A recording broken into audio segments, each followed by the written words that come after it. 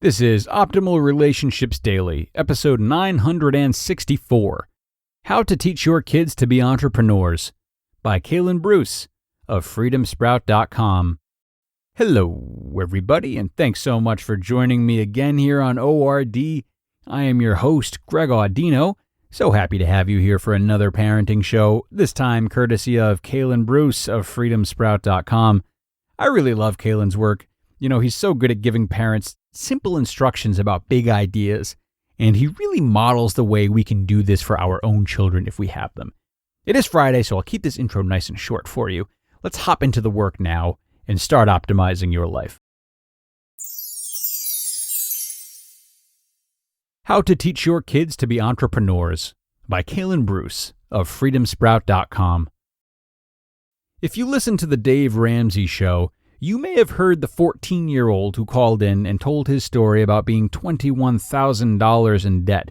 His debt was mostly to his brother, with $1,500 to his father. An entrepreneurial mindset at 14 is awesome, but I don't think it's a good idea to let your teen go into over $20,000 of debt to his sibling. Maybe the intentions were there, but that's an expensive lesson for a teen. I believe we should raise entrepreneurial kids. Cameron Herold makes some great points about this in his TED Talk, Let's Raise Kids to Be Entrepreneurs. But we should also be providing a safe place for our kids to fail. We shouldn't be allowing them to go into adulthood with loads of business debt, or any debt for that matter. But we can teach our kids to be entrepreneurs without the debt. Why teach your kids to be entrepreneurs? Entrepreneurship isn't for everyone. Some kids want to be professionals or trade workers, and there's nothing wrong with either of those. But an entrepreneurial mindset is helpful for everyone. Even if your kids decide to go to medical school, law school, or trade school, they can benefit from the basics of entrepreneurship. Here are 4 reasons we should instill an entrepreneur mindset. Work ethic. When kids learn how to think like an entrepreneur, they learn work ethic by default. They see how their level of hard work directly relates to their level of success. Where money comes from. Money doesn't just come from work, but that is a primary means. Entrepreneurship teaches kids how money is generated in many ways and how to make it exponential. An out-of-the-box mindset. Entrepreneurs think differently, which is a good thing. Whether your kids want to go into business or learn a trade, thinking outside the box helps them create new and better ways of doing things. Life skills. Everything you learn by being an entrepreneur can be used in the rest of your life. Things like goal setting, habit building, taking action, investing, time management techniques. I can go on all day listing the skills entrepreneurs learn and need to know. Those are 4 of many reasons kids will benefit from this type of mindset and this way of thinking. Entrepreneurship teaches life lessons. A lot of life lessons. Types of businesses. One of the best ways to teach your kids to become entrepreneurs is to let them start their own business. Again, we're providing a safe place to fail here. So I don't mean taking out a business loan and opening a retail store. I'm talking about business on their level. Start by teaching your kids how businesses make money. This includes but isn't limited to the following. Products. The most simple business is a business that buys products at wholesale and sells them at retail. Kids understand this easily by going to your local Walmart, grocery stores, or furniture stores. Teach them about markup. Walmart, for example, has very little markup, but they get their money from the volume of sales. Jewelry stores' markup ranges from 40% to 500%. Used furniture stores have a high markup as well. But the space needed for jewelry is significantly less than furniture stores need. These are all concepts your kids can visually understand by simply going to these stores. A lemonade stand demonstrates product sales on your kid's level. Services. You provide a service, you get paid. Services are also easy for your kids to understand because it's a simple concept. Lawn care is a perfect example and a perfect way for your kids to get into providing a service for a fee. Subscriptions. Magazines are the classic example, but now with companies like Netflix, YouTube, and other streaming services, your kids see this daily. Membership. This simply means your clients pay a membership fee and get access to something you offer worthy of the membership cost. Everything from your local gym to a web-based membership service.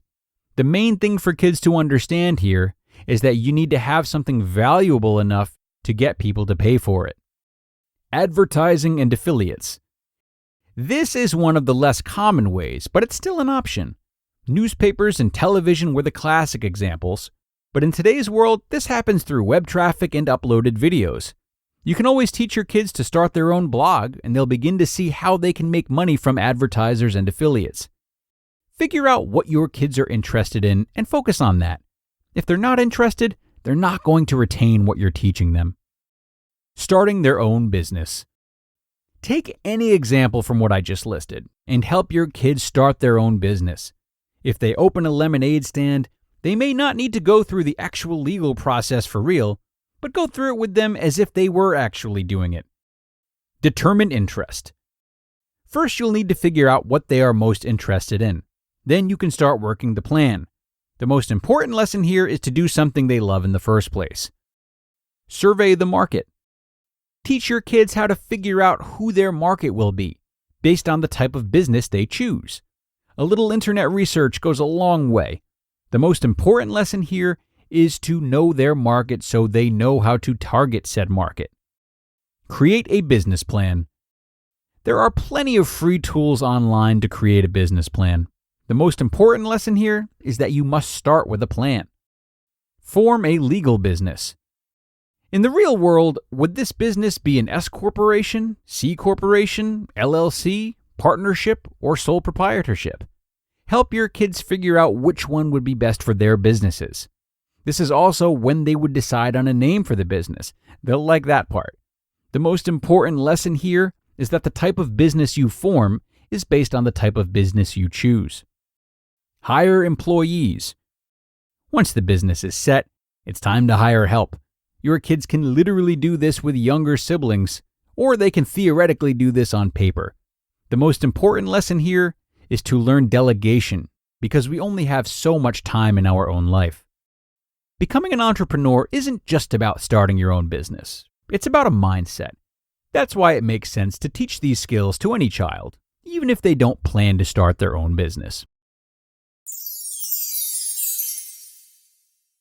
You just listened to the post titled, How to Teach Your Kids to Be Entrepreneurs by Kalen Bruce of freedomsprout.com. Another really wonderful post from Kalen. He's got such a knack for simplifying difficult concepts for kids, or kids at heart like myself, to understand. Yeah, that's me trying to be cute about how I struggle with concepts that most people have no problem with. And, he's so right about how knowledge of these types of things, like money and business and entrepreneurship, is nothing but helpful to kids, no matter what path they follow as adults. The key really for parents is to make these ideas both simple and fun. Doing so is possible, and it prepares children for the real world in such a way that they enjoy. So don't make the mistake of thinking that teaching them about these things somehow takes away from their youth or rushes them into adulthood. It's on you as the parent to break any big and important ideas down to make them manageable and enjoyable for kids. And Kalen is one of the best authors around for helping to do that. So make it your goal to learn about new strategies to introduce big concepts to kids the right way, rather than to avoid them if you're tricking yourself into thinking that they're too young for such things. And with that, it is time to wrap things up here on this Friday show. Thanks a lot for listening, parents and non-parents, and I sure hope you have a wonderful rest of your day before the weekend. But I'll be with you this weekend, as we are now 7 days a week, so that means I will see you tomorrow for another Q&A edition of ORD. That's where your optimal life awaits.